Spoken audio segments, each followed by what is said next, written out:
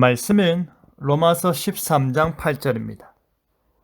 피차 사랑의 빚 외에는 아무에게든지 아무 빚도 지지 말라. 남을 사랑하는 자는 율법을 다 이루었느니라.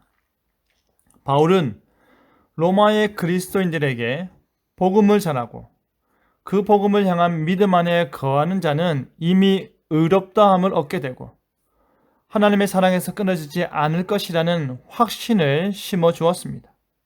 그리고 이제 하나님 앞에서 의로운 존재가 이 세상 속에서 어떠한 삶의 모습을 나타내야 하는지를 알려주는데요.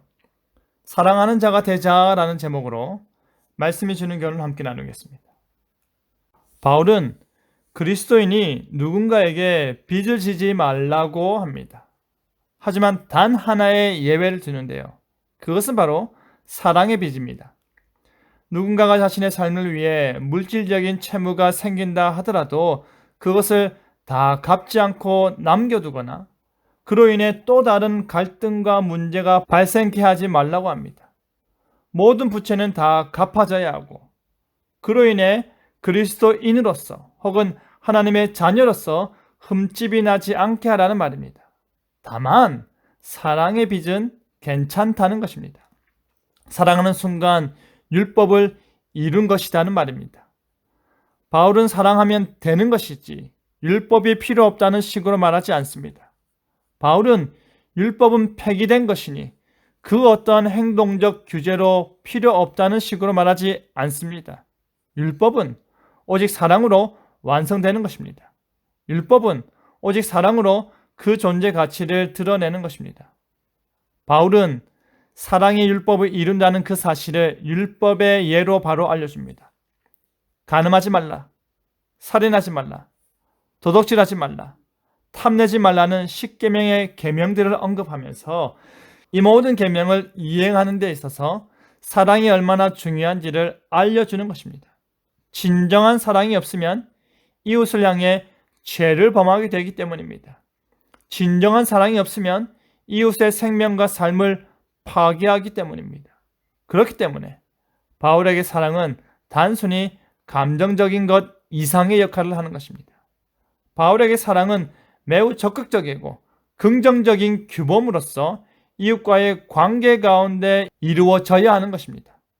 이웃을 좋아하는 차원이 아니라 이웃을 향해 자기 자신을 사랑하듯이 사랑하는 것입니다. 이웃을 자기 자신처럼 대하는 것입니다. 사랑이 없이 이웃과의 관계 가운데 계명 준수한다면 그것은 껍데기에 불과한 것입니다. 율법의 핵심이요 완성이 되는 이유가 바로 여기에 있는 것입니다. 더더욱 바울은 진정한 사랑은 이웃에게 악을 행하는 것이 아니라고 합니다. 이웃에게 악을 행치 아니하고 이웃에게 죄를 범하게 하지 않는 것입니다. 나 자신이 나를 사랑해서 나에게 최고의 것들을 주고자 하듯이 나 자신이 이웃을 사랑해서 그 이웃에게 최고의 것들을 주고자 하는 것입니다. 그 최고의 것들을 주고자 할 때 그 마지노선은 바로 악을 행하지 않는 것입니다.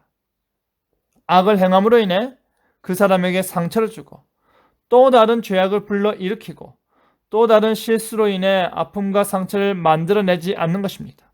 사랑은 능동적으로 행하는 것입니다. 사랑은 적극적으로 행하는 것입니다. 그래서 모든 율법을 하나님 앞에서 행할 때에 그리고 이웃과의 관계 가운데서 행할 때에 그 중심 원리는 바로 사랑이어야 하는 것입니다. 사랑하는 성도 여러분, 바울은 사랑의 빚 외에는 아무것도 지지 말라고 합니다. 사랑의 원리로 이웃과의 관계를 형성해 나가고 사랑의 원리로 이웃과의 관계를 보다 견고하게 만들어 가라고 합니다. 사랑의 빚은 내가 더 사랑하고 더 좋아하고 더 아끼는 마음을 말하는 것입니다.